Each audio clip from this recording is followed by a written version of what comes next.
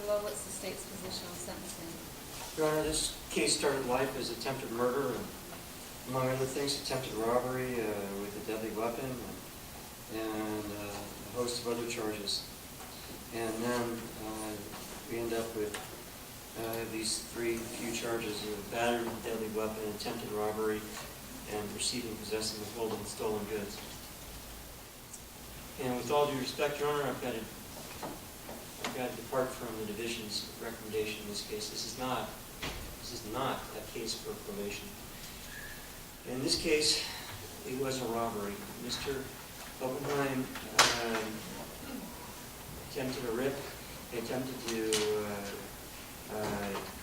rob the victim, who was a drug dealer, apparently, and had sold drugs to Mr. Oppenheim or his friends earlier that night. And this is Craig Smith and Sierra Pangborn. And what happens is Mr. Oppenheim's he tries this robbery with a loaded handgun. The victims, however, try to drive off. So Mr. Oppenheim, he fires through the back window of the car with his handgun, and the bullet goes through the seat and hits Mr. Smith in the back.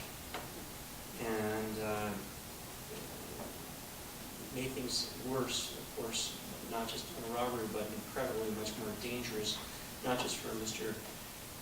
Smith and Ms. Pangborn, but for the public. I mean, now we've got a gunfight on starting firing weapons on our streets. Smith has got a bunch of medical bills now, and then the cops start looking for him and they find a bunch of stolen property. And the stolen property is remarkable because if you look at the offer of proof,